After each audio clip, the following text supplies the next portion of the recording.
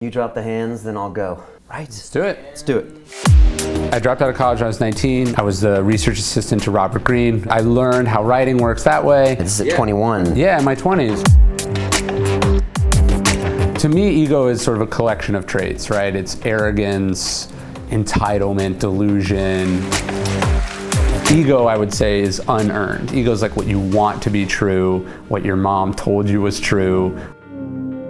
If I could just help people put a slight pause in their life before they make decisions, before they take action, and just go like, am I doing this out of ego?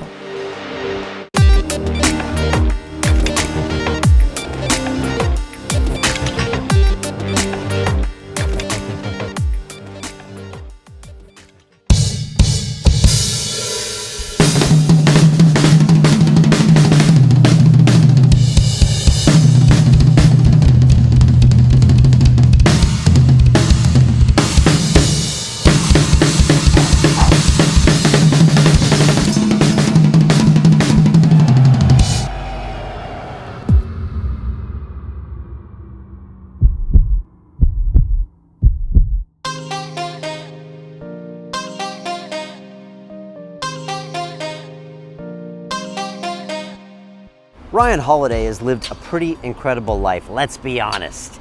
He dropped out of college when he was 19, ended up interning for people like Tucker Max and Robert Greene of the 48 Laws of Power, then ended up being the marketing director of American Apparel at like 21 years of age. And he rode this incredible upward stream of success, including books like Growth Hacker and other publications.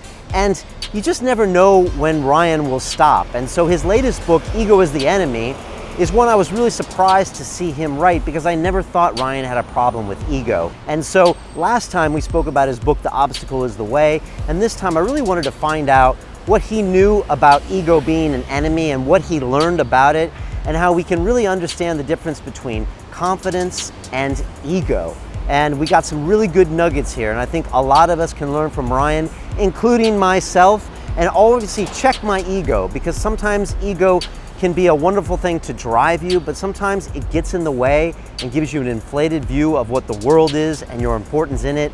And that's when big crashes happen. We're giving a bunch of his books away, giving away a signed t-shirt as well. So you can click on our Twitter feed and find out more about that. And I can't wait to talk with Ryan again in 2 years with his next incredible book and just watch this young man's journey. It's been absolutely awesome.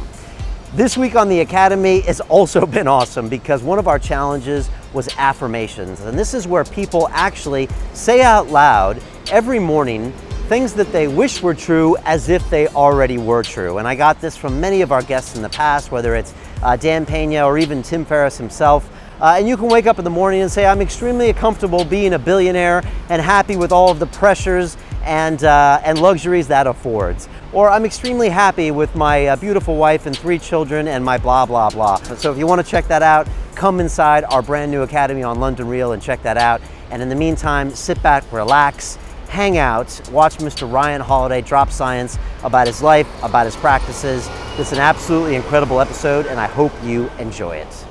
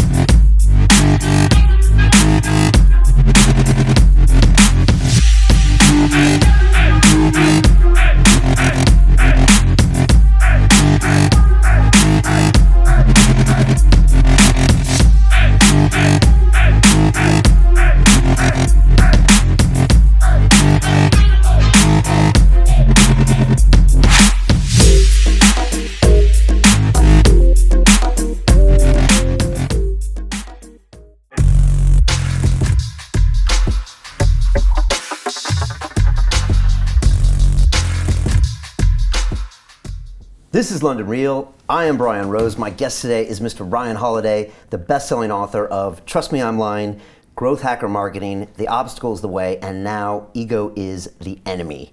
You apprenticed under Robert Greene, the author of the 48 Laws of Power, one of our guests many years ago. You advise writers like Tim Ferriss and James Altucher on book launches, and you're the editor-at-large for the New York Observer.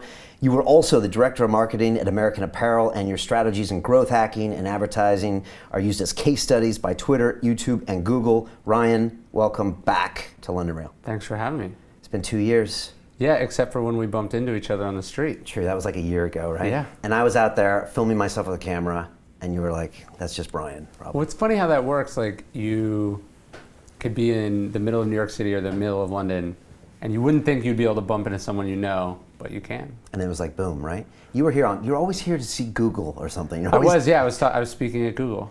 And you do that a lot, right? I did it yesterday.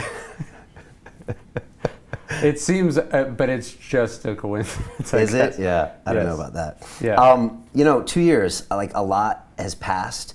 And I'm guessing probably lots of things were happening last time you were here with you in different aspects of your life. But when I saw the title, Ego is the Enemy come out, I was like, okay, that's the last book I would expect from Ryan. Because while last time you were here, we went through like your whole history, and I'd love for you to give us a quick synopsis of like late teens to Robert Greene to American Apparel and all that stuff. For a guy that has had kind of this kind of rock star-ish accomplishment life, you never strike me as the guy with an ego problem. Now I know this is what the book is about to kind of define that, but you've always been straight up, cool, very grounded, very down to earth when I met you every single time. So when I first saw the book, I was like, I wonder why he's teaching me about this. Do you get that from a lot of people? Or I get the opposite. People will say like, how dare you write a book about ego? But I think what you said about sort of living a rock star life, I think the worst thing you could possibly do, even if you have an awesome life, is to see yourself that way, right? Like even if you are literally a rock star, the more you sort of catch yourself in the mirror and see like, oh, that guy's awesome, look how great he is, that is the surest way to jeopardize all of that stuff. So look, I don't think I would have never classified myself as some raging egotist, but I think anyone who has ambition, anyone who's trying to do big things, it needs to be wary of ego, and the more you can manage that and the humbler you can be, the easier a time you're going to have dealing with the things that come along with success. Like, I know you did jiu-jitsu for a long time. When you walk into a jiu-jitsu gym, the people who are talking shit the least are the best. The black belts are the quietest, they're the coolest, they're the nicest, they're the one. You don't have to worry about getting hurt by a black belt. It's actually an insecure person who thinks they have something to prove that's the most dangerous. Yeah, and always the most vicious fighters always have the gentlest handshakes. Yeah. And it's just nothing to prove. They also get a lot of their aggression out. Yeah. It's just the opposite of what you would expect. Well, actually, it's funny, I came to write, the reason I wanted to write a book about ego and why I decided ego is going to be the focus instead of, say, focusing on humility or any other thing, is that I read Sam Sheridan's book, A Fighter's Mind, and he has another one called The Fighter's Heart, and he was talking about how paradoxical it is that the greatest fighters in the world are the most humble, and they're the most obsessed with their craft. Like, because jiu-jitsu or any really hard thing is so hard, it is inherently humbling. And if you make yourself a student of it and you focus on how much is left to learn always, it suppresses whatever that negative ego tendency can be. Yeah, it's a really interesting thing. When we first started the show 5 years ago, all the first guests were jiu-jitsu guys that we had hung out with. I trained for 10 or 12 years. And these guys, the thing is, on the jiu-jitsu mat, you're constantly humbled. You're tapped out all the time, and you have to be the kind of person that comes back for more all the time. And so it really does breed some stoic people, now that I think about it. And I try to be like that in everything that I do. Like, to me, jiu-jitsu was interesting because of that. Like, I have that in my personality, but I try to be that way as a writer. I try to be that way as a business person, just as a regular human being, is that you're going to try things all the time. Most of them are not going to work. You're going to get negative feedback. You're going to struggle with stuff. You can't change that, but you can decide you're always going to be the person that's going to come back for more. Right. For people that don't know you, can you give us that quick intro of kind of you from like 18 to say 26. You did a great job in the book. I'm really glad you started the book off talking about you. I'm sure maybe you thought about not doing that. As I remember in Obstacle, there wasn't necessarily a lot of you there. And so when you put yourself in there and you put all of yourself in there, I was like, that really helped me a lot. Was that, first of all, can you give us the bit of it? And then I want to know if you thought that you didn't want to put yourself in there. Also, there's a great 10-minute video on Whiteboard that's out there that talks about your narrative, and it's kind of whiteboarded out. Yeah, I think I read the intro to the book in that video. And funny enough, it was even more powerful than hearing it on Audible when I watched it. And I was like, he is a rock star, God damn it. But for people that don't know, what was Ryan's early days like? I dropped out of college when I was 19. I worked at a big talent agency in Beverly Hills. I was the research assistant to Robert Greene, who I know you've had on, and was a hero to me as a writer. I mean, he still is. And so I learned how writing works that way. I became the director of marketing at American Apparel shortly after that through Robert Greene, who was a strategist and a board member there. I did a bunch of really cool, crazy stuff at American Apparel. Yeah, this is at 21. Yeah, in my 20s. And you're head of marketing and doing all sorts of growth hacking, guerrilla stuff. Yeah, and I did marketing for Tucker Max, who was a #1 New York Times bestselling author, and I met Tim Ferriss, and I did some stuff for him.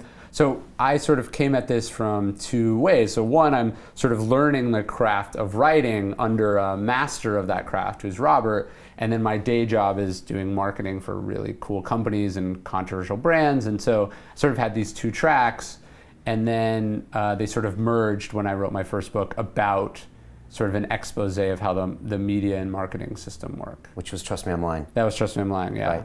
Okay, so, and is there more rock star stuff here? No, I mean, look, you're always simplifying when you tell a story. There's more and less to the story probably, but what you were saying about the intro, like, the word I does not appear in The Obstacle Is the Way. I wanted it to be about other people, and I wanted it to be about timeless historical ideas. And I definitely set out to do that when I was writing, Ego.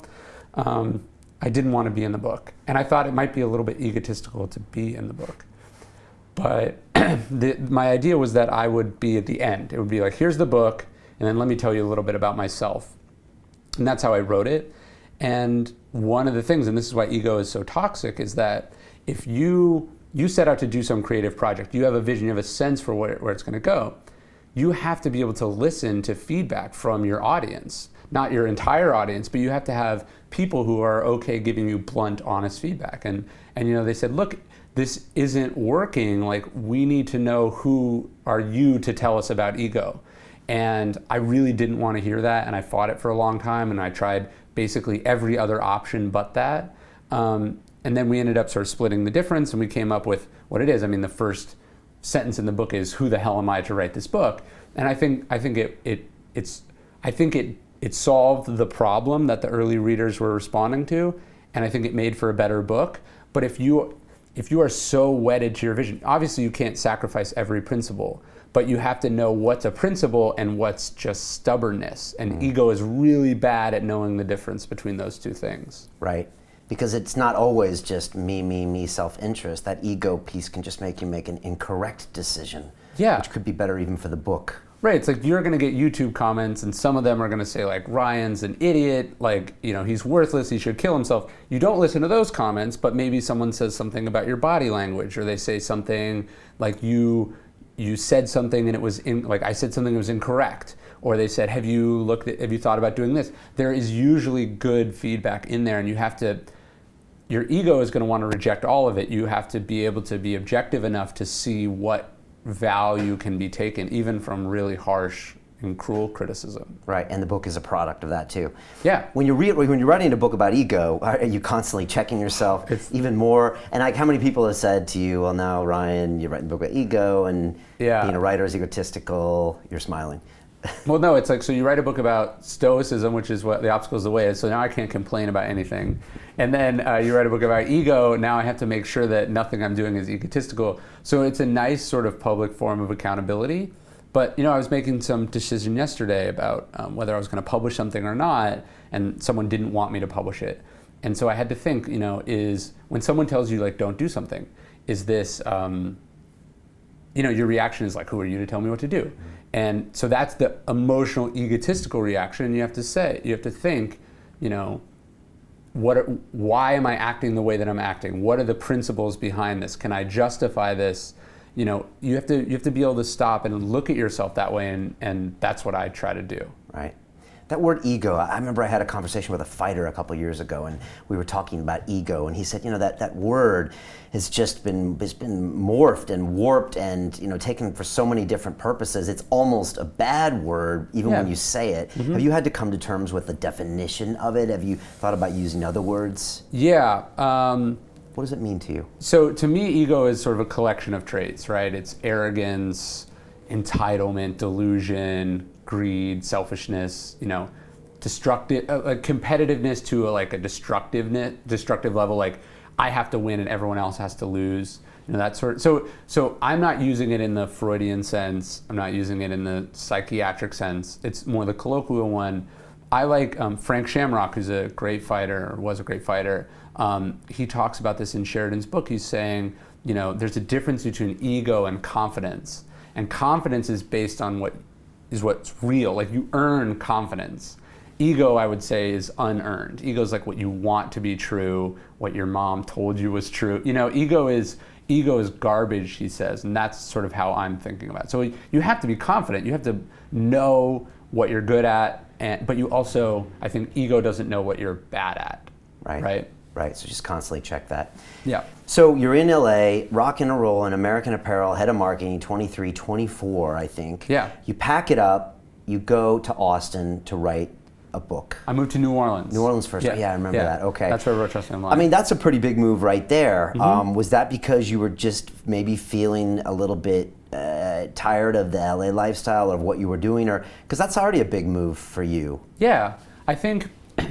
One, just because you're good at something doesn't mean you should continue doing it forever. Right. And I think that's a lot of why people get trapped in the corporate world is you're making a lot of money, you start making some financial commitments, and then you go, well, I'm not as good at anything else, why should I quit this? And so for me, that was a gamble, right? Like I wanted to write a book, but I didn't have a book deal. I didn't know if I was physically or mentally capable of writing a book. I didn't know if my idea was good enough, but this is, again, the difference between confidence and ego. I had worked on books before. I knew that I wasn't someone who quit things. I knew that I'd taken risks before and that I was able to recover if they didn't work out. And so it's, you do the calculation and you say, I'm gonna do it. And so it was like, it wasn't sort of blowing up my whole life, but it was definitely like a sharp turn in a different direction. And I mean, it ended up paying off in a huge way. Right, and you had left American Apparel at that point? So I left there full time. So I ended up staying on as the director of marketing, but really I functioned more as like an advisor. So I still worked on all the marketing campaigns, I still interacted with all the marketing employees, but I didn't have to show up to an office every day, and I didn't have to do anything, I didn't have any deliverables every day. I just had to be a resource to the company. Did they think you were ever coming back at that point? I think they probably did, and I might have come. I mean, if the book hadn't worked, maybe I would have come back. So the funny thing is when you take risks, you should always be trying to protect your downside. Like when I dropped out of college, I thought it was like this life. I remember I went into the registrar's office and I thought this is like the point of no return. And she was like, yeah, you're just take it semester by semester. Just take a semester off and then see what happens. It's like, oh, all right. So it seems more momentous sort of in retrospect or when you're telling a story about it.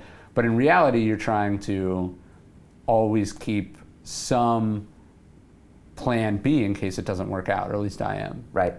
Talk about that first book and also your writing style. I distinctly remember you telling me how you write with the index cards and the Tupperware pieces or something like that. And it was like Robert Greene really taught you that. That sounds like a skill that you really learned from him. Is that true? And how do you write? A lot of people want to know. Yeah, so I think with writing, people think it's like you sit down to a computer and genius just pours out. And maybe it does for some people and I'm not smart enough. But for me, writing, and I learned this from Robert, writing comes after the research. You have to do, sometimes it's a year of research and then a 3-month sprint of writing. The research is the hard part. The research is the ammunition.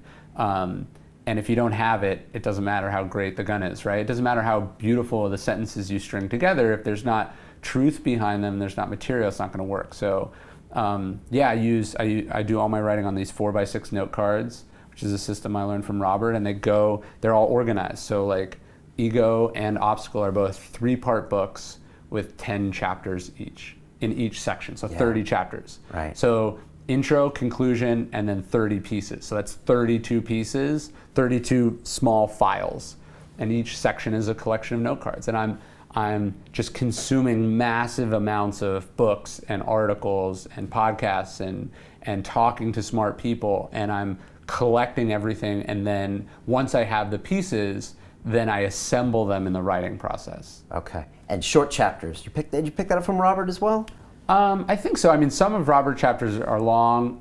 I think his are much more in-depth than mine. I'll tell you, one of the things I figured out is, like, if you can write a book that people can read in a day, like I love really long books. Like, I'm in the middle of this epic, like, 1,000-page book right now, and I love it. But I find with motivational stuff, with philosophical stuff, if it can be something that if someone really gets into it, they can consume it in a day, that has a powerful impact on them, because they're not going to get distracted. They're not going to, life's not going to intervene. It helps accelerate the process of the book. So I tried to write both these to be read in a day. Yeah, I mean, even the size of them and the format is kind of this, oh, I can consume it. I can read this chapter. I can read this 7-page chapter. Yeah, and my favorite books are books you can read more than one time. Right. And so if you make them in pieces, and each piece is can be read independently, like you can just pick it up in the middle and start that piece, it makes it more ingrained and enmeshed in people's lives. Like, one of my favorite books is The Meditations of Marcus Aurelius, and they're just little notes to himself. So you're like reading self-contained thoughts, and I've tried to mimic that a little bit in my books. Okay. Stoicism. All right, so first of all, you write your first couple books, Trust Me, I'm Lying, Growth Hacker Marketing. They do really well, correct? Yeah. You're now a writer. Yes. Okay, we're rocking and rolling, and now you go on this Stoicism left turn. Yeah. Right? Yeah. And, I mean, I'm sure I'm oversimplifying it, but going that way, you had to take a chance. You're not going to get a big advance, and now you and Ferris are the Stoics, right? You're the young guys talking about Stoicism, right. And was that always a plan? Is it something you wanted to do? Yeah. So it's funny. I got offered to do. I wrote an article for Tim Ferriss's website in maybe like 2008, maybe 2007, a long time ago, about Stoicism, which I'd always been interested in. And I got an offer to do a book deal from a very small press. They said, hey, we love this idea of Stoicism for entrepreneurs. You want to write a book about it? So I'm like 23 maybe. And when a 22, 23-year-old gets an offer to do a book, you're like, this is amazing. I just hit like the jackpot. And I remember I talked to Robert Greene about it, and he was like, I don't think you should do it. And he was like, I don't think you have the life experiences yet to justify this, and I don't think you're as good enough of a writer, which was obviously very hard to hear, but I'm glad he did. A couple years later, I ended up selling Trust Me, I'm Lying, which is a marketing book, had a much better and wider audience. Marketing books sell for more money, right? So it allowed me to cash in a better way and launch in a better fashion. And then I had this Stoicism book queued up, like I sold that. But Obstacles Away sold for less than half what Trust Me, I'm Lying sold for. So it was a step backwards in some ways, but I knew, and because I managed my career this way, like I was able to take that risk as well. Like the standard path would be do another marketing book or become like a marketing, but I knew what I wanted to do, and I'd set myself up that I was able to take that. You always want to, the more sort of financial freedom you cultivate in your life, the less you're going to be dependent on doing things the way you're supposed to do them or the way that other people want you to do them. Right. Jocko Willink, discipline equals freedom. Oh, that's great. There you go. Yeah, in all things, not just if you're physically disciplined, you have more freedom, and then if you're financially disciplined, it's not like you have fuck you money, but you have money that you can say, I don't think I want to do it that way. Right. And the cover of Obstacle and the cover, I think, if it's Trust Me, I'm Lying, couldn't have been different. I mean, one of them, you're smoking a cigarette in a leather jacket looking dodgy, and the other one has got like the leaves, the maple leaves or whatever, right? So that's a conscious choice. Yeah, I mean, they come from very different places. Yeah. I'm in one book, and the other book is not about me. And I wanted it to be, I realized that not everyone loves what I said in Trust Me, I'm Lying. And look, I totally get, you might not like me, but I wanted the book to be independent of me. So you can like me, and I think the book is good. You can hate me, and I think begrudgingly you're going to have to admit that the the book is good, and that whatever you don't like about me is not in the book. Right. I think that's important. I think sometimes people, out of their own ego, they want credit, they want the attention, they want to be front and center, and that can alienate audiences who are not interested in that. Okay. Now, Obstacle comes out. It was sold, but it didn't go too crazy until it kind of went viral later. Yeah. And some big sports teams and big coaches, NFL people or basketball people, started picking it up. First of all, in the background of all this, you are advising, high-profile authors on big book launches. I know people, I won't mention their names, that have used your services to launch their books. You guys are known as the guys that know how to do these kinds of things. Yeah. How does that, when you try to launch your own book with your own skills, is it trickier? Well, it's nice because I actually listen to myself. Do you know what I mean? Okay. Like when you have a client, let's say even a great client's only going to listen to you 90% of the time, right?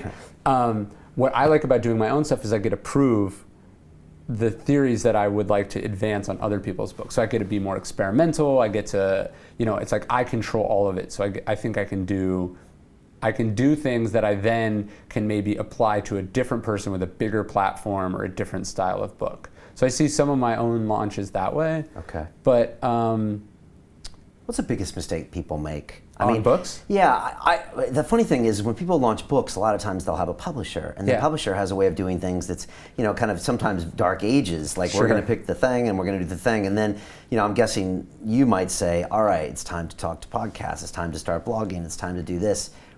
I would say the biggest mistake that people make with books is that they think they write the book, they go off in there, they have like, oh, I'm going to be like Hemingway, I'm going to move to France, I'm going to write this book, and then it's going to be done, and then I'm going to think about how to sell it to people. And really, you have to think about the audience from the beginning. You have to say, who is this for? What do they like? What is the bet? Like, here's what I believe, and here's what I need to express to the world. That's my artistic mission. But what's the best way to do that? Like, how can I make sure that it's actually interesting to people? And so people think that creating and marketing are these totally distinct phases, and really one almost has to come before the other. Right. So it's like they make great, smart people write a book that is inherently not that marketable or sellable, and then they want to add these tricks on after the fact. They think it's a matter of going on shows or doing some crazy stunt that's at the end of the day, the only reason a book sells is because you read it and you tell your friend or your mom or your dad or your brother or whoever that or your employees, you're like, this is good, please read this. Right. And so that's the most essential marketing choice or process, and people don't think about that. So if you get in early with them, you can work with them as they're writing the book or before Totally. they start writing. That's what you'd rather do with clients. Yeah. And look, some people get lucky, right? They go off in the cave and they come back with it. Hemingway. But not always. Okay. Yeah, like Hemingway said, sitting down and writing is easy. It's like sitting at a typewriter and bleeding.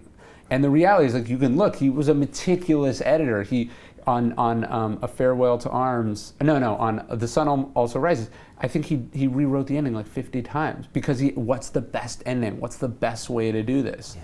And you have to bring that intensity to the creative process. It's not whatever comes out of your pen is genius. Right. And then this is why short chapters, consumable, the format, you're thinking about all this beforehand, including your intro, your personal story on ego. Okay. Well, look, I'm a nerd, so I would love to talk about this for 600 pages. But that's not the best way to reach people. And so if you're telling me that I have to do it in 218 pages, but I'll reach more people, and then afterwards we can have an in-depth conversation, that's the decision I'm going to make. Okay. All right, talk about Obstacle real quick, and then I want to get to Ego. So it came out, and later it starts to get embraced by these sports figures.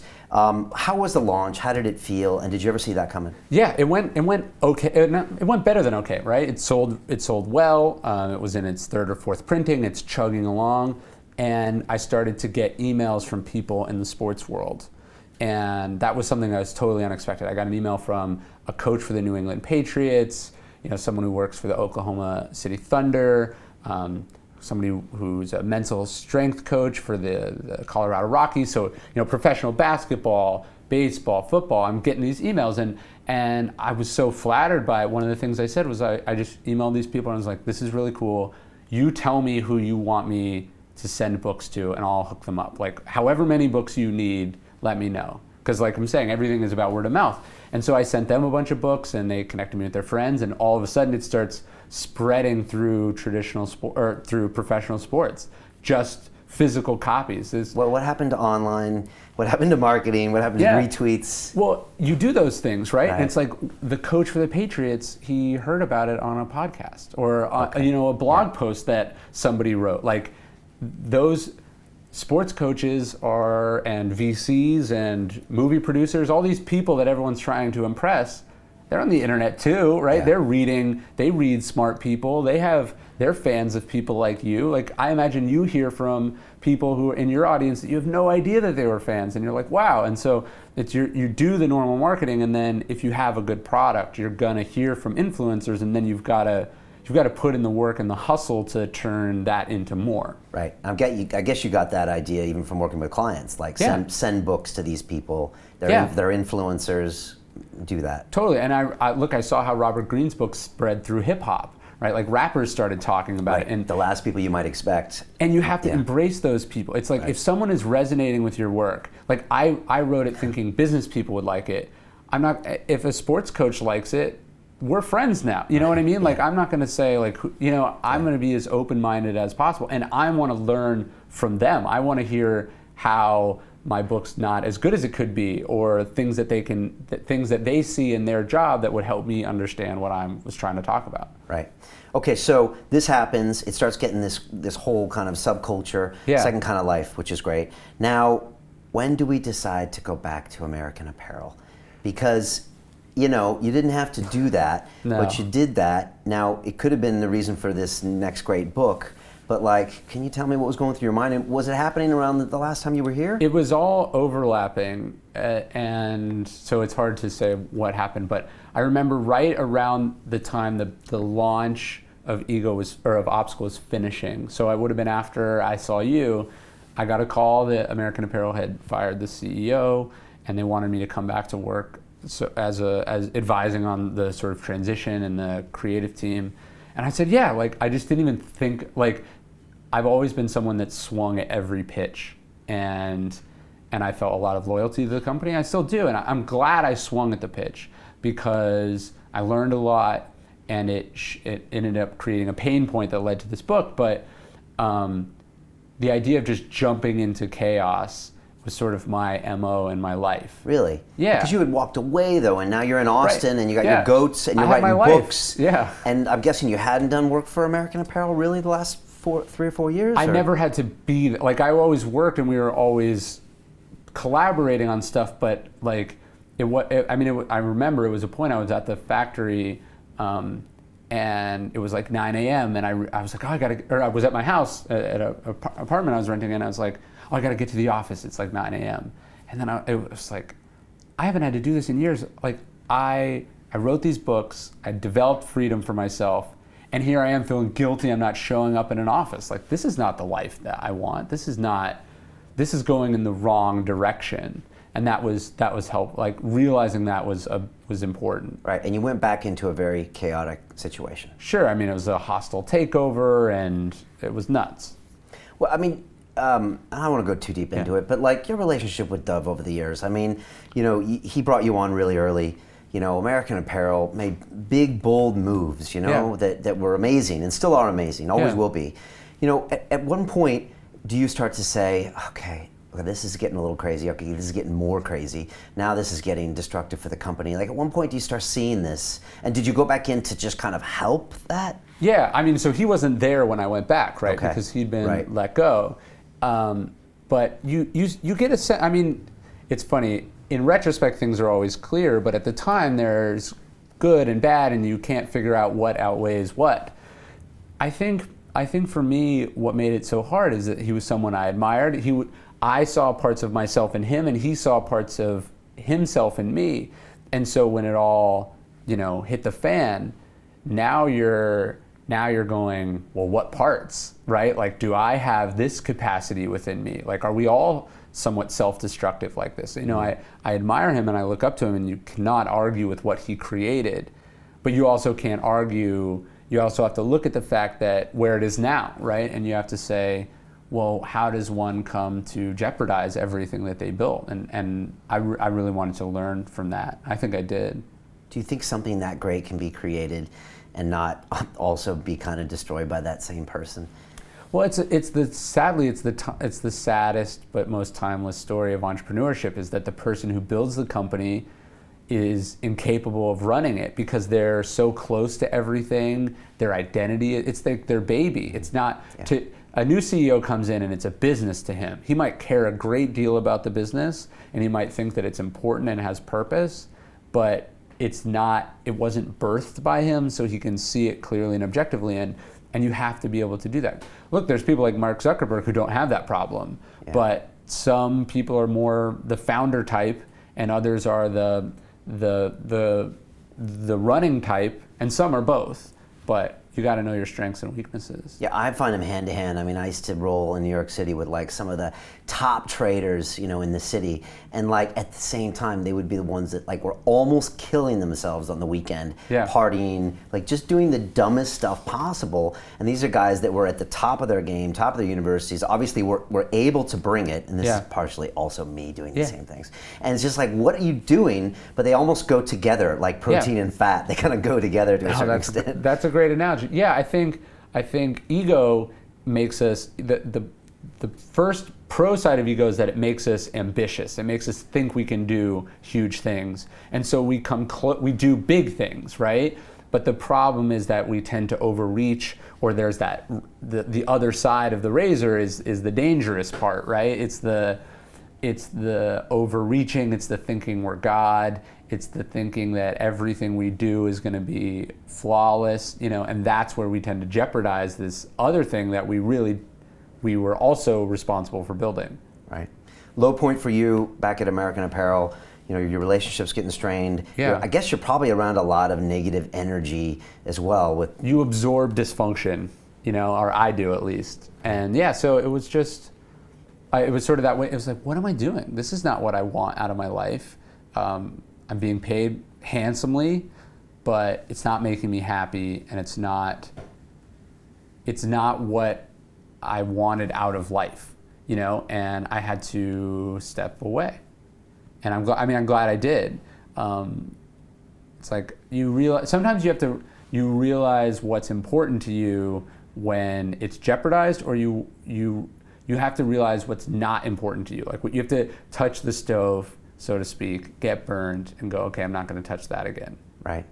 Talk to me about working and you and being a workaholic or working a lot. You don't actually strike me as that guy. Again, maybe you have this alter ego than when I meet you, but like you're not the guy that's not present when you're here. You're talking to me, you're looking at me. You don't seem like you're thinking about all the work you got to do. You're definitely not on your phone. You never were. So you don't come across as the guy who's completely obsessed with work. I have fits of that, I think, but for me it's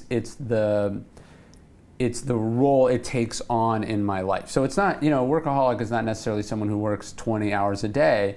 It's, is the work the most essential thing? And there's this Bertrand Russell quote. He says, like, the first sign of an impending nervous collapse is the belief that your work has become terribly important. And so it's like when you feel like, if I don't do this, the world will end, that is an unhealthy, delusional, egotistical belief. It's like, hey, what you're doing is important, and it's glad you're doing it, but by the way, we're all human, we're gonna die, and none of this matters. Like you have to have that yin and yang, and I definitely have gone through phases where I've totally lost sight of that. Yeah, me too, like today. So like around here, it's like, all right, Ryan's coming we've had 4 shows this week, right? So yesterday was Professor David Nutt at Imperial College. Tomorrow's Scott Coker, CEO of Bellator Fighting Championships. It's like, Ryan's coming today, everything's gotta be ready, da-da-da-da-da. I walk outside and I was like, oh, it's a sunny day. Right. The rest of the world doesn't care about all of our little problems at London Real. They're doing normal things, or their things. Sometimes it hits me. Yeah, they call it adrenalising. You become addicted to the adrenaline, and the word, it's not like a drug where you have to go buy it and then inject it. It's like you can just seek out the adrenaline. You're like, oh, I've got to do this and I got to do that. And I tend to find like if I'm around chaos, it spurs that in me. So, if one thing starts to go wrong in my life, all of a sudden I start meddling with all these other things in my life, and it gets me going. It feels amazing. And then the problem is I start neglecting the things that are actually important. I stop writing, I stop thinking, I stop sleeping. I'm just go. I'm very intense like that. And if like I'm trying to be a writer and I want to be doing this till I'm 80 years old, that is not a sustainable way of existing. Yeah, I'm guessing you weren't doing a lot of writing when you're handling American Apparel business. No, and it's like I'd already sold this book. It was like I had a deadline. I had to deliver this book, and here I am, cleaning up somebody else's mess, getting paid for it. I consented to it, but you have to know what's important to you, and you have to be able to prioritize properly. And I think ego, when we're in the throes of ego, we try to do everything for everyone, and we think that we're superhuman and that our quality of work, like I'd always said yes to every single thing in my life, and I never even stopped doing the things that I had started doing. And I guess I believed, and this is absurd, that I didn't have a limit. There was no, okay, that's my full capacity. And I think around that time in American Apparel, I just crashed into it as hard, going full speed. And because like you look at all the titles, I mean, that was a long intro I gave, because you were still this, you're still the editor at large, you're still running your company. Yeah, sure, I can take it on, sure. And I mean, even now I do that, where it's like, oh, you want me to do this thing in October? Sure. And then it's like, oh, I'll figure it out when we get to October. And really it's like when you have a family or you have a business or you have a passion of yours, you're giving time away that you already promised to other people. And I think that's what's so bad about it. Right. You also just said yes to something recently. You're going to be a father soon, I am. Right? Yeah, I'm excited. Which is a weird, for me, it's a ego lessening experience. In my opinion, that whole concept. How did you find that decision, and then how does that relate to ego? Yeah, I mean, congratulations, by the way. Thank you. No, I mean, I was thinking about this the other day. Like, I was obsessed with some little thing, and I was like, when I have a kid, like, he's not gonna give a shit about this, and he's not gonna know he's not gonna care, and it's not more important than him, right? And he's not gonna forgive me for not being there because, like, I agreed to do some. Oh, I'll come talk to your group, or oh yeah, sure, I can consult on that. He's not going to be like, well, I'm so glad you did that. It was definitely more important than me. So hopefully it'll be a good reminder of things. Yeah, and the funny thing about kids, I just had a boy about 6 weeks congrats. ago, so it's all good. And I was 45. And you're awake right now? Yeah, I am awake. Yeah, my female partner is a warrior, so she's taking all the hits for London Real as well. That's why I'm present. But it's like that boy is going to meet me properly in a few years, and he's never going to meet the guy that is the story I'm telling myself about that did all these great things. Yeah. And so your child is never going to meet the guerrilla marketer guy, this guy. He's just going to know if dad was there in 3 or 4 years, out to the next 20 years, and what he was like then. So you got to kind of really think about that. Well, and although he or she can't articulate what you're depriving them of now, that has a profound effect on them the rest of their life. Do you know what I mean? Yeah. It's like, they're not going to be like, yeah, I don't feel attachment to my parents, but it's okay because, my dad did a lot of important interviews while I was a baby. Do you know what I mean? Like, they just want you there. And I think it's not, having kids is not the only reason to not do that. You know what I mean? Right. It's weird. Like, we would do it for another person, but you would never, if you're an ambitious person, you would never say, like, I'm not doing that for myself. And it's not good for me to say yes to every single thing and to wear myself to the bone and burn the candles at both ends or whatever. I'm not going to do that because it's just not okay. I think normal people don't struggle with that. Yeah, I think kids were engineered into us just to check that ego, and as we wait long periods of time to have them, it goes astray. Interesting. Yeah, sure. I'm getting all these weird theories lately too, and also it's like I have a stepdaughter as well, and having this other baby in the room, it changes everyone's ego in the house because everyone was a little bit me now, and now there's this thing over here where whoa, we got all kind of, and now it calms the whole room down, and I'm already thinking, wait a second, was this all part of this humanity plan? Yeah, you deferred it, or like even me, like I'm almost 30, and it's like evolutionarily this is 10, 12 years late, right? Maybe even more. Yeah. And what did I deprive myself of something that would have made me more humble or more sort of externally focused on other people and stuff like that? Maybe. Yeah. Michael Douglas had his first son when he was busy with his whole career and his movie career. And if you remember Michael Douglas in the 80s, he was the kind of the guy doing all these great movies. And I think a couple years ago he was in the courtroom while the judge was sentencing his son for like heroin dealing or something, and yet he had another baby with Catherine Zeta-Jones, who he had spent a lot of time with, and it was just like these two yin and yangs of a parent being there and not being there, and he even admitted it was just like, wow. So you can kind of see maybe an ego play. Maybe that was one of your index cards, I don't know. I should write it down now. But there could be something there. All right, talk to me about this tattoo on your arm. You had it put on there before really the book came into place, and then talk to me about how the book started. Yeah, this phrase, it just came to me. I don't actually know where it came from, and I probably stole it from someone smarter than me. Probably read it in some book somewhere and I forgot to write it down. But it's this idea that, ego is the worst possible element that you can introduce into any situation, right? Like someone says something rude to you, you have this ego, now all of a sudden there's a conflict. If you're confident in yourself, you don't care. Like you could say whatever you want to me, right? Like that's not gonna bother me, I might leave, but you're introducing ego into these things, that's where it's a problem. You're experiencing transformational success, you win the lottery, you get a platinum album, your #1 album in the country, you bring ego to that, it's gonna go to your head, you're gonna start to believe you're amazing. Or, rock bottom, like you're worst. You introduce ego into that equation, it's everyone else's fault.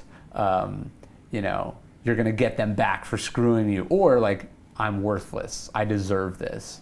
So to me, it's like I just wanted a constant reminder that I should never make decisions out of ego. I should make decisions based on facts, should make decisions based on principles, but never ego. It's strong to get a tattoo. It's not like, just so everyone knows, it's not like Ryan's got tats everywhere. No, these are my only two. I have the obstacles the way on one arm, right, which I feel like I've yet to find a situation in which that didn't also improve things, right? So no matter what happens, I can derive some benefit from that situation. And, unless my arm gets cut off, even then, maybe the benefit is that I got rid of my tattoo. Right. But I can see every situation that is a formula that helps things, and ego is the enemy is the same way. I think there's this famous story from Lincoln. I forget where he gets it, but he says, this ancient king, he asked his wisest advisors. He said, find me some advice that's true in all situations, good or bad, and has been true and always will be true. And what they came back with was, and this too shall pass, right? Which is totally true.